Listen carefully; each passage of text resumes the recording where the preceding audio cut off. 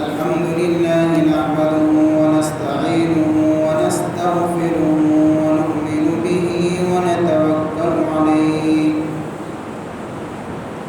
ونعوذ بالله من شرور أنفسنا ومن سيئات أعمالنا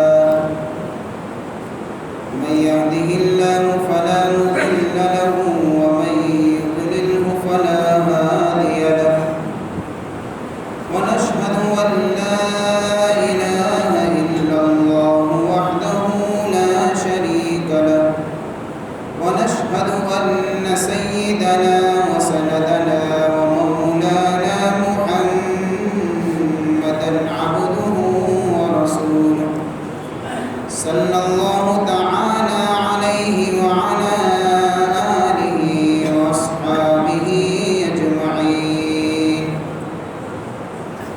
أما بعد فأعوذ بالله من الشيطان الرجيم بسم الله الرحمن الرحيم وعسى أن تكرهوا شيئا وهو خير لكم وعسى أن تحبوا شيئا وهو شر لكم والله يعلم وأنتم لا تعلمون صدق الله مولانا العظيم وصدق رسوله النبي الكريم ونحن على ذلك لمن الشاهدين والشاكرين والحمد لله رب العالمين اللهم صل على سيدنا محمد النبي الأمي وعلى آله وبارك وسلم اللهم صل على سيدنا محمد النبي الأمي وعلى آله وبارك وسلم اللهم صل على سيدنا محمد النبي الأمي وعلى آله وبارك وسلم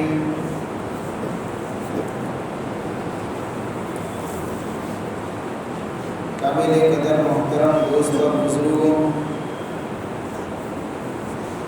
درس سیرت کے عنوان سے آج پارٹ نمبر 7 ہے جو ہمارا سلسلہ چلتا ہے۔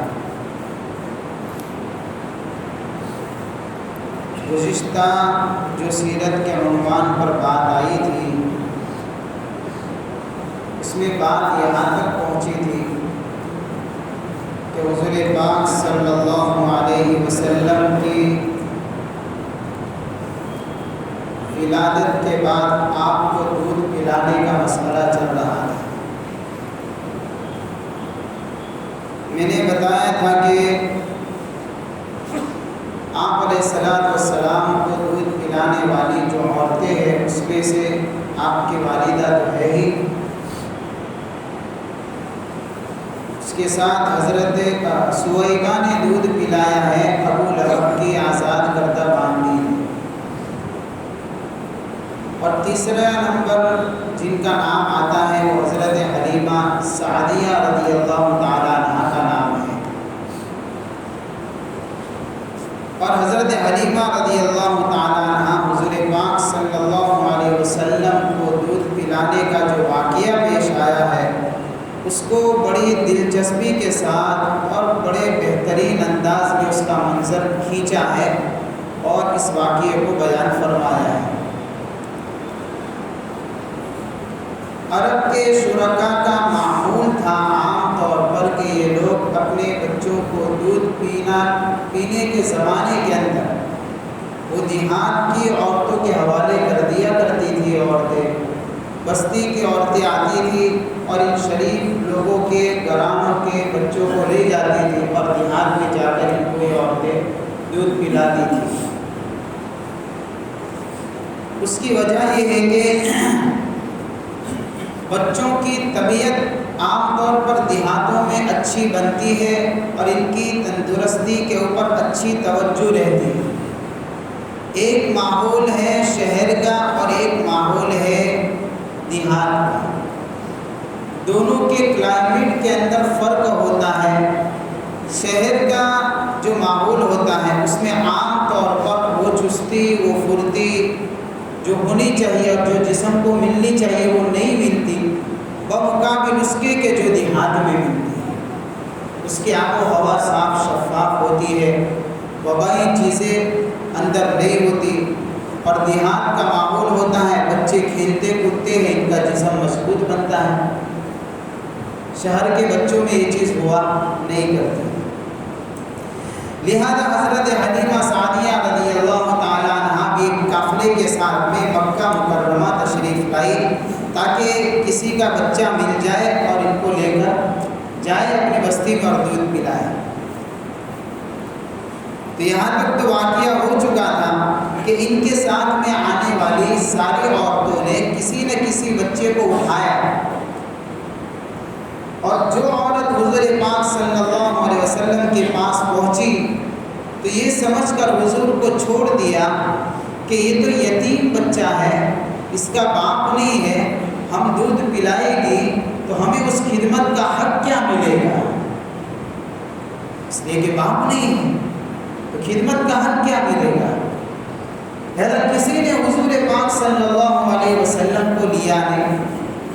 حضرت حلیمہ کا معاملہ ایسا بنا کہ انہوں نے بھی سوچا کہ بھئی یتیم بچہ ہے، کیا ملے گا اس کی خدمت کا بدل، کسی اور بچے کو تلاش کرتے ہیں، لیکن کہیں بچہ حضرت حلیمہ کو ملا نہیں۔ اور آہستہ آہستہ دل کے اندر یہ داعیہ، یہ جذبہ پیدا ہو گیا کہ یہ جو محمد نامی بچہ یعنی آپ علیہ السلام جو یتیم ہے، چاہے وہ یتیم ہے لیکن میں اللہ سے امید رکھتی ہوں اس کو لوں گی تو اللہ مجھ پر برکتوں کا نزول فرمائے گا۔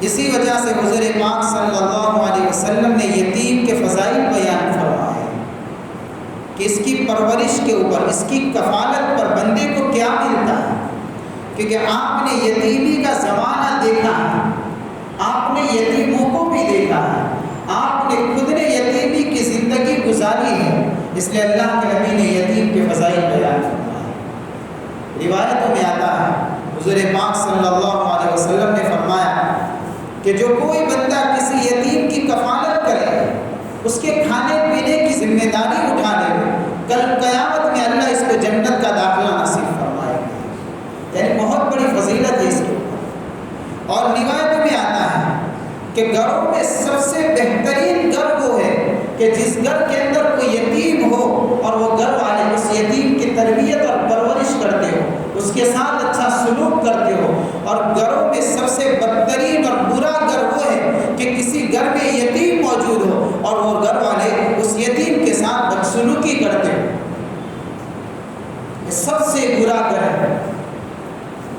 ایک روایت میں آتا ہے حضور پاک صلی اللہ علیہ وسلم نے ارشاد فرمایا کہ جس نے کسی یتیم کے سر پر ہاتھ پھیر دیا تو اللہ اس کو اس کے بالوں کے برابر اجر عطا فرماتا ہے۔ اور یتیم کے ساتھ بدسلوکی کرنا یہ ایمان والے کا کام نہیں ہے۔ جس کی نسبت ایمان اور اسلام کے ساتھ میں لگی ہوتی ہے وہ یتیموں کے حقوق کو سمجھتے ہیں۔ اس لیے کہ ایک جگہ پر قرآن بیان فرماتا ہے أَرَأَيْتَ الَّذِي يُكَذِّبُ بِالدِّينِ فَذَلِكَ الَّذِي يَدُعُّ الْيَتِيمَ۔ آپ نے دیکھا ایسے آدمی کو جو جزا سزا کو جھٹلاتا ہے، یعنی آخرت کے دین کو، وہاں کا جو بدلہ ہے جو ملنے والی ہے سزا کی شکل میں یا جزا کی شکل میں، اس کو یہ جھٹلا رہا ہے کہ آپ نے دیکھا ایسا آدمی، اس کی نشانی کیا ہے؟ فَذَلِكَ الَّذِي يَدُعُّ الْيَتِيمَ، یہ وہ آدمی ہے جو یتیموں کو اپنے دربر سے دھکا دیتا ہے، نکالتا ہے، بدسلوکی کرتا ہے، پریشان کرتا ہے۔ کس کا واقعہ بیان کیا جاتا ہے اس سورت کے اندر؟ بعض مفسرین نے لکھا ہے کہ واقعہ ابو لہب کے متعلق ہے اور ان لوگوں کے متعلق ہے جو آخرت پر یقین نہیں رکھتے ہیں۔ آخرت پر یقین جس کا نہیں ہوتا ہے وہ تو کفار کی فہرست میں آتا ہے، اس لیے کہ مسلمان کو تو یقین ہے کہ ایک قیامت کا دین ہے، وہاں جزا بھی ہے، وہاں سزا بھی ہے۔ جو آخرت پر یقین نہیں رکھتا ہے وہ یتیم کو دھکے دیتا ہے، جس کا یقین آخرت پر ہوگا وہ یتیم سے بدسلوکی نہیں کرے گا، یعنی اس کا رشتہ اس سے جڑا ہوا ہے۔ آج ہمارے سماج اور معاشرے کے اندر یہ چیزیں ابھر کر سامنے آتی ہیں۔ کئی یتیم بچے ہوتے ہیں، ان کے مال کو گھر والے ہی ہڑپ کر کے کھا جاتے ہیں، یا تو چچا نے لے لیا یا تو پتہ نہیں کسی اور نے لے لیا، یہ بالکل بے سہارا کھڑا نظر آتا ہے۔ اس کی کھانے پینے کی، اس کی ضروریات کے اوپر توجہ نہیں دی جاتی ہے۔ اس لیے اللہ کے نبی نے فضائل بیان فرمائے کہ ایمان والا یہ کام نہیں کر سکتا۔ یتیموں سے حسن سلوک کرنا یہ مومن کی علامت اور نشانی ہے، وہ جنت کے داخلے کی ضمانت ہے اس کا یاد۔ تو حضور پاک صلی اللہ علیہ وسلم یتیم تھے، حضرت حلیمہ نے یہ سمجھ کر اٹھا لیا کہ اللہ کی ذات سے امید ہے کہ اللہ مجھے اس میں برکتوں کا، رحمتوں کا مجھ پر نزول فرمائے گا، اور ہوا بھی ایسا ہے، ایسا ہی ہوا۔ حضرت حلیمہ سعدیہ رضی اللہ تعالیٰ عنہ فرماتی ہے کہ اس وقت میری حالت یہ تھی کہ میرے ساتھ میں میرا ایک بچہ تھا، لیکن کھانے کو کچھ نہیں ملتا تھا ہم کو۔ جب عورت کھائے گی نہیں تو اس کی چھاتی میں دودھ آئے گا نہیں۔ قحط کا زمانہ تھا، میری چھاتیاں دودھ سے سوکھ گئی تھی، خشک ہو چکی تھی، اور میرا جو بچہ تھا وہ بھوک کی وجہ سے تڑپتا تھا، روتا تھا، پوری رات سوتا نہیں تھا۔ ہم پریشان ہو چکے تھے، نہ ہم کو نیند ملتی تھی، نہ بچہ چین سے سوتا ہے، اور حالت یہ ہے کہ ہم کو نہ کھانا ملتا تھا نہ پینا ملتا تھا۔ لیکن حضرت حلیمہ فرماتی ہے کہ میں نے حضور کو اٹھایا، جیسے ہی اللہ کے نبی صلی اللہ علیہ وسلم کو اٹھایا، منظر بدل گیا، حالات بدل گئے، اللہ نے رحمتوں کا نزول فرمایا۔ حلیمہ نے جو امید رب سے باندھی تھی، اللہ نے اس کی امید کو پورا کیا۔ باقی عورتوں نے امید مخلوق سے باندھی، مخلوق سے لگی ہوئی امیدیں پوری نہیں ہو سکتی، رب سے لگی ہوئی امیدیں پوری ہو جاتی ہیں۔ وہ کبھی ٹوٹتی نہیں، کبھی ادھوری نہیں رہتی۔ یہ فرق ہے کہ ایک امید تو مخلوق سے کی جائے اور ایک امید مخلوق کے رب سے کی جائے۔ وہ رب امیدوں کو پورا کرتا ہے، دل کی تمناؤں کو پورا کرتا ہے۔ حضرت حلیمہ فرماتی ہے کہ برکتوں کا نزول دیکھا، آنکھوں سے دیکھا۔ کیا دیکھا؟ حضرت حلیمہ فرماتی ہے میری چھاتیوں میں دودھ نہیں تھا، حضور کو اٹھایا، دودھ سینے میں آ گیا، کھایا نہیں ہے کچھ بھی، میرا سینہ دودھ سے بھر گیا۔ کتنا بھرا؟ اتنا بھرا کہ میں نے حضور کو بھی دودھ پلایا، میرے بچے کو بھی دودھ پلایا، دونوں دودھ پی کر پوری رات سکون کی نیند سو گئے۔ برکتوں کا نزول آنکھوں سے دیکھا ہے۔ اور کیا ہوا؟ حضرت حلیمہ سے پوچھیں گے، حضرت حلیمہ اپنی داستان بیان فرمائے گی کہ اور یہ ہوا کہ ہماری جو سواری تھی، جو اونٹنی تھی، اس کے تھن بھی خشک ہو چکے تھے، اس میں بھی اونٹنی میں بھی دودھ نہیں آ رہا تھا، اس میں دودھ آئے تو ہم کچھ کھائیں پیے نہیں۔ اب اللہ نے نظام بچوں کے لیے تو کر دیا کہ ماں کی چھاتی کو دودھ سے لبریز کیا، اور ماں اور باپ کے لیے کیا کیا؟ حضرت حلیمہ فرماتی ہے ہمارے اونٹنی کے تھنوں کے اندر بھی اللہ نے دودھ بھیج دیا، اور اتنا بھیجا کہ ہم نے اونٹنی میں سے دودھ نکالا، میں نے بھی پیٹ بھر کر پیا، میرے شوہر نے بھی پیا، میرے شوہر میرے ساتھ میں تھے اس سفر میں، ہم سب نے بڑے سکون کے ساتھ میں رات گزاری۔ ان دونوں بچوں نے بھی نے آپ نے بھی اور آپ کے رضاعی بھائی دودھ پیتے، دودھ کے اندر جو شریک ہے دودھ پینے میں، دودھ شریک بھائی جس کو کہا جاتا ہے، یعنی حضرت حلیمہ کے بچے، دونوں نے رات گزاری، بڑے سکون سے ہم نے بھی گزاری۔ یہ تو دیکھ رہے ہیں برکت اللہ نے شروع کر دی۔ اور کیا ہوا؟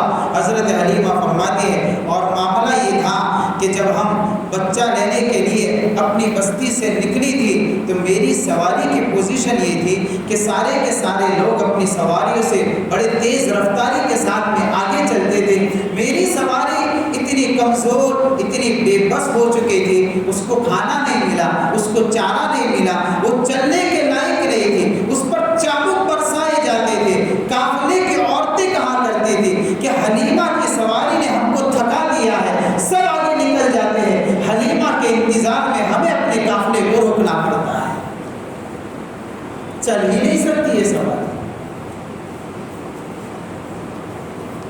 چابک مارتے پھر بھی نہیں چلتی۔ کیا ہوا؟ حضرت حلیمہ فرماتی جیسے ہم دوسرے دن حضور کو لے کر نکلے تو سواری کی بھی حالت بدل گئی، اب چلنے لگی ہے۔ کیسا چلنے لگی؟ اس طریقے سے چلتی ہے کہ پہلے قافلے کے پیچھے رہ جاتی تھی، چابک لگاتے تھے پھر بھی نہیں چلتی تھی، اب اتنی تیز چلتی ہے کہ سارے قافلے سے آگے حلیمہ کی سواری ہے۔ قافلے والے بڑے پریشان ہیں، منظر دیکھ رہے کہ بھئی ہمارے ساتھ میں ہی حلیمہ تو آئی ہے، اس کی سواری کو ہم نے آتے ہوئے تو دیکھا تھا، چل نہیں سکتی ہے، اب یہ کیا معاملہ ہے کہ جا رہے تو سب سے آگے ہے سواری، پہلے سب سے پیچھے تھی اب سب سے آگے ہے۔ حضرت حلیمہ سے پوچھا ان عورتوں نے، قافلے والوں نے، حلیمہ کیا معاملہ ہے، تیری سواری کی بدل گئی ہے؟ حلیمہ رضی اللہ تعالیٰ عنہ فرماتی ہے سواری نہیں بدلی، سوار بدل چکا ہے۔ سواری تو وہی ہے، یہ سوار بدل چکا ہے۔ یہ اسی سوار کی برکت ہے کہ اللہ نے اس کے اندر برق رفتاری پیدا کرتی ہے اور پیدا کر دی ہے، بجلی کی طرح چلنے لگی تیز رفتار۔ یہ واقعہ ہم ایک سبق سکھاتا ہے میرے بھائی، یا رک کر تھوڑا ایک معاملہ سمجھے، ایک دو باتیں۔ حضرت حلیمہ نے حضور پاک صلی اللہ علیہ وسلم کو اٹھایا، اللہ کی طرف سے رحمتوں کا، برکتوں کا نزول آنکھوں سے دیکھا۔ جو نبی کی سنتوں کو اپنائے گا، نبی کی زندگی کو اپنائے گا، آپ کے اخلاق کو اپنائے گا، آپ کی طرز زندگی کو زندگی میں جگہ دے گا، وہ سنتوں کی برکت سے اللہ کی رحمتوں کو اترتے ہوئے آنکھوں سے دیکھے گا۔ یہ نقد انعام ہے جو اللہ عطا فرمائے گا۔ یہ سنت جب اللہ کے نبی کو گود میں اٹھایا ہے تو جو نبی کی زندگی کو اپنا لے گا، ظاہر سی بات ہے فقد فاز اللہ فوزا عظیما، بڑی کامیابی سے اللہ نوازے گا۔ آج ہوا کیا؟ زندگیوں میں سے سنتیں نکل چکی،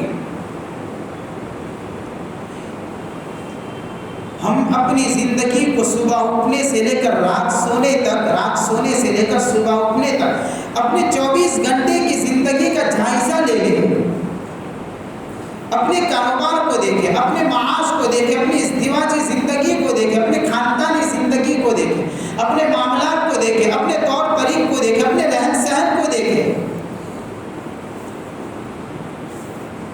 زندگی نظر جو حضور کی تھی وہ نظر نہیں آتی ہے۔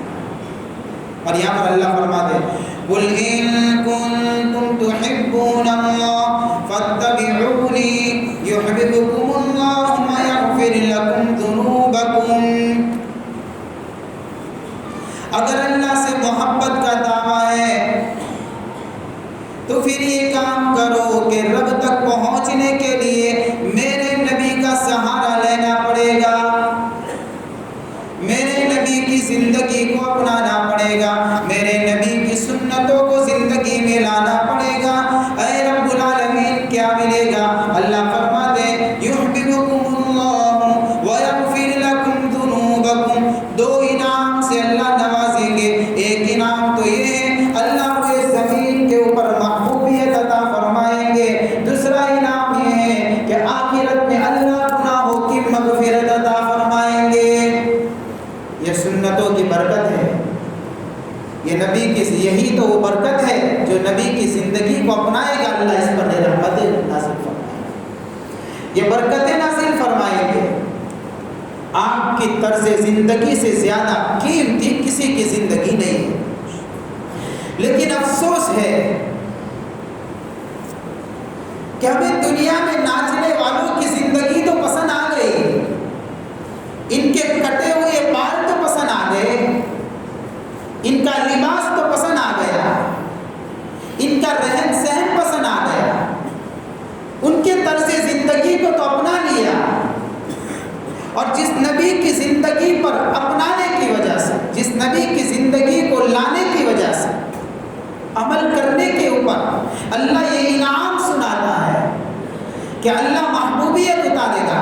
ان الذین آمنوا وعملوا الصالحات سيجعل لهم الرحمن ودا۔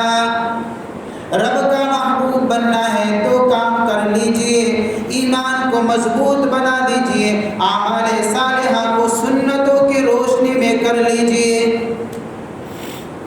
اللہ اعلان کرتا ہے سَيَجْعَلُ لَهُمُ الرَّحْمَنُ وِدًّا، محبت اتارے گا اللہ اور دلوں میں بٹھائے گا، محبتیں کوئی جڑے اللہ زمین کے اندر پھیلائے گا، محبوبیت اسی کو کہتے ہیں۔ لیکن افسوس ہے میرے بھائی، ہمیں اپنی زندگیوں پر افسوس ہے، ہماری عبادتیں سنتوں سے خالی ہے تو ظاہر سی بات ہے ہمارے معاملات میں سنتیں کہاں سے آئیں گی؟ عبادتوں میں سنتیں بہت کم نظر آتی ہیں تو معاملات میں سنتیں کہاں سے نظر آئیں گی؟ نماز کی اگر حقیقت اور کیفیت کو دیکھا جائے تو نماز میں سنتیں نظر نہیں آتی، بہت کم سنتوں پر عمل ہوتا ہے۔ جس کی عبادت سنت سے خالی ہوگی اس کی زندگی سنتوں سے کیسے منور ہوگی؟ اور یہاں تو رحمتوں کا وعدہ ہے، برکتوں کا وعدہ ہے، محبوبیت کا وعدہ ہے، مغفرت کا وعدہ ہے، مقبولیت کا وعدہ ہے، سب کچھ اسی پر منحصر ہے۔ اللہ تک پہنچنے کے لیے یہی چیز آئے گی بیچ میں۔ نماز رب کے دربار میں مقبول بنانی ہے تو سنت رسول والی نماز چلے گی۔ تو حضرت حلیمہ سعدیہ رضی اللہ تعالیٰ عنہ یہ حقیقت بیان فرما رہی ہے کہ برکتوں کو دیکھا ہے آنکھوں سے، اور یہی برکتیں آج ہم پر بھی اتر سکتی ہیں۔ ایک واقعہ، ایک بات اس سے یہ بھی سمجھ میں آتی ہے کہ ہر وقت اللہ کے فیصلے پر بندے کو راضی ہونا چاہیے، چاہے وہ فیصلہ رب کا بندے کی مرضی کے مطابق ہو یا نہ ہو تو شکر کے ساتھ راضی ہو جائے، اور اس کی مرضی کے خلاف ہو تو صبر کے ساتھ راضی ہو جائے، اس لیے کہ بندے کے حق میں رب کا فیصلہ ہر حال میں بہتر ہوتا ہے، ہر حال میں، چاہے اللہ کے فیصلے کے سمجھنے کی صلاحیت ہمارے اندر نہ ہو۔ حضرت حلیمہ رضی اللہ تعالیٰ عنہ نے حضور پاک صلی اللہ علیہ وسلم کو اٹھایا ہے، یہ عمل بتا رہا ہے۔ حضرت حلیمہ نے بڑی مجبوری میں اٹھایا تھا، یہ اٹھایا نہیں ہے حضور کو، یہ اللہ نے حلیمہ سے اٹھوایا ہے، یہ رب کا فیصلہ ہے۔ حلیمہ اٹھا، یہ میرا فیصلہ ہے، تیری زندگی کو بدلے گا، یہی وہ تقدیر ہے۔ اس لیے کہ ہر چمکنے والا سونا نہیں ہوا کرتا، اور ہمارے علم کے مطابق ہر بہتر چیز ہمارے لیے بہتر نہیں ہوا کرتا۔ اللہ فرماتے قرآن میں وَعَسَىٰ أَن تَكْرَهُوا شَيْئًا وَهُوَ خَيْرٌ لَكُمْ وَعَسَىٰ أَن تُحِبُّوا شَيْئًا وَهُوَ شَرٌّ لَكُمْ وَاللَّهُ يَعْلَمُ وَأَنتُمْ لَا تَعْلَمُونَ۔ امید ہے کہ تم کسی چیز کو ناپسند کرتے ہو اور اللہ نے اسی میں تمہارے لیے خیر رکھی ہو۔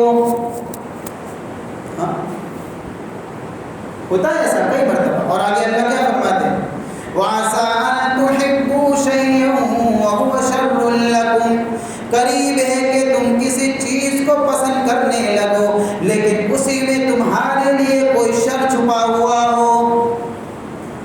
کہ کیوں؟ رب کا علم کامل مکمل ہے اور بندے کا علم ناقص اور ادھورا.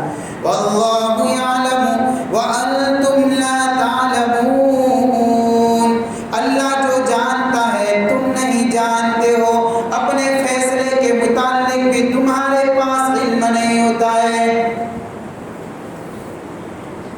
بندہ اپنا فیصلہ کیا کرے گا؟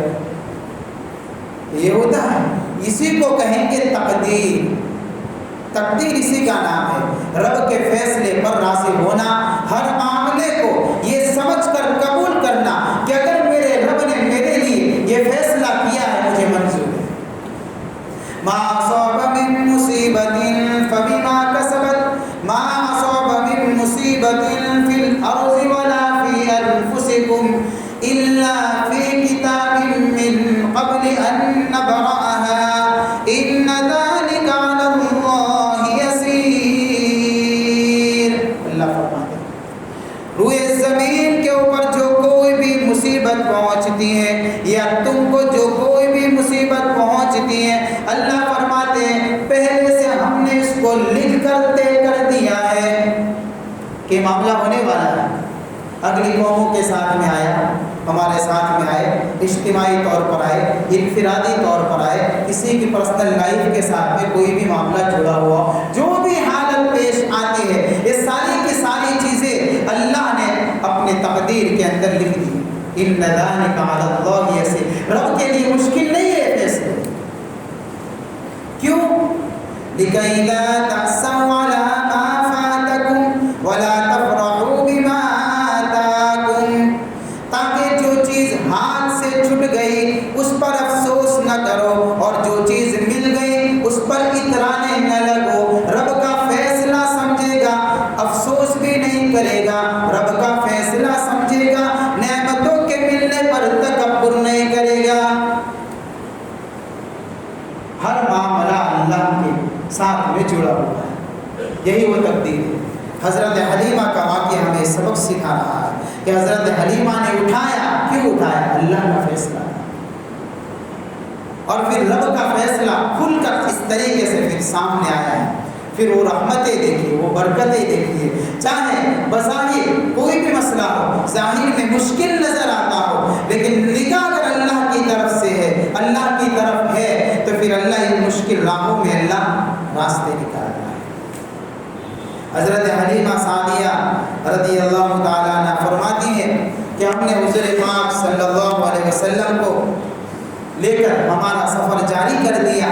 اب معاملہ یہ ہے کہ حضور آگے، حضرت حلیمہ کی سواری سب سے آگے ہے اور باقی کی سواریاں پیچھے ہونے لگی. لوگوں نے پوچھا حلیمہ کیا معاملہ ہے، تیری سواری کی شان بدل گئی؟ کہ ہاں سواری تو وہی ہے، اس کا سوار بدل گیا تو سواری بھی بدل چکی ہے. حضرت حلیمہ سعدیہ رضی اللہ تعالیٰ عنہ سے پوچھیں گے حلیمہ اور کیا برکتیں دیکھی؟ کہ اور بھی دیکھیے. کیا دیکھا ہے؟ کہ ہماری بستی میں قحط پڑا تھا، جانوروں کے بھی چارہ کا انتظام نہیں تھا، زمینیں خشک ہو چکی تھی. لوگوں کے جانور چراگاہوں میں چرنے کے لیے جاتے تھے، بھوکے آتے تھے. جب جانور بھوکے آتے تھے، جانوروں کے تھنوں میں دودھ نہیں ہوتا تھا. سارے لوگوں کا یہ حال تھا، ایسا قحط. لیکن جب سے میں نے حضور کو اٹھایا اور حضور کو لے کر آئی، میری بکریاں جب چرنے کے لیے جاتی تھی، میں نے دیکھا میری بکریاں صرف ایسی ہے، وہ چر کر پیٹ بھر کر آتی ہے اور اللہ ان کے ڈھیلوں تھنوں میں دودھ اتارتا ہے. قافلے والے اور اس بستی والے لوگ کہا کرتے تھے اپنے جانور چرانے والے لوگوں سے کہ پتہ نہیں تم کس جگہ پر جانور چرانے جاتے ہو، حلیمہ کے جانور چرتے وہاں چلے جاؤ، اس کی بکریوں کو دیکھو دودھ سے بھری ہوئی آتی ہے، پیٹ بھر کر چارہ کھا کر آتی. تم بھی حلیمہ کے جانور کے پیچھے اپنے جانوروں کو چراؤ.